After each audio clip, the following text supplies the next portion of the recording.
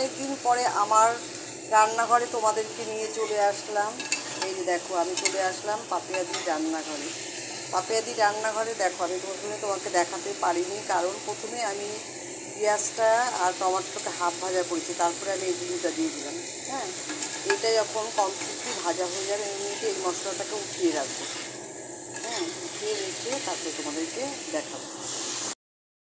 টমাটোটা আর হচ্ছে ডিমটাকে কিন্তু কষে নিচ্ছি। এক হাতে সব কিছু করতে হয়, তো বুঝলেন তো, সে কারণে হচ্ছে যে টমাটো আর পেঁয়াজ আর ডিমটাকে নিয়ে আমি দিই, কষিয়ে নিয়ে দিই। হয়ে গেছে, এখন এটা উঠাবো। হ্যাঁ, প্রথমে দিয়ে দিলাম একটু হলুদের গুঁড়া। হ্যাঁ, তেল দিয়ে দিয়েছি, তেল দিয়ে তারপর হলুদের গুঁড়া দিলাম, লঙ্কার গুঁড়া। তারপর আমি এখানে দিয়ে দিলাম হচ্ছে কিশমিশ আর কাজু বাটা।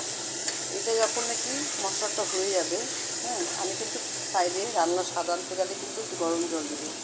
সেই কারণে এই যে, হ্যাঁ, আর আমি খুব তাড়াহুড়ো করে কাজ করতেছি, অনেক কাজ করে আছে, যার জন্য কিন্তু আপনাদের ব্লগগুলো ভালো করে দেখাতে পারছি না।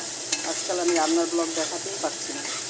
হ্যাঁ, এই দেখেন, এটা হচ্ছে এখন কিন্তু হয়ে যাচ্ছে, তেল ছেড়ে যাচ্ছে। আমি আপনাদেরকে পেঁয়াজ আর টমেটো বাটাটা দিয়ে আমি ডিমটা ভেজেছিলাম কষিয়ে, এখন এটা দিয়ে দিলাম। হ্যাঁ, এখন নামানোর সময় আমি আপনাদেরকে মানে গরম মশলা দিয়ে নামাবো। আপনারা গরমের জন্য অ্যাভয়েড করতে পারেন গরম মশলাটা, খেয়ে দেখবেন কেমন হয়েছে। ঠিক আছে, রাখছি তাহলে বন্ধুরা। হ্যাঁ, একদম এটা কিন্তু গামাখা হয়ে যাবে, তাহলে তো ডিমের কারি হবে না, কারির মতো করলে।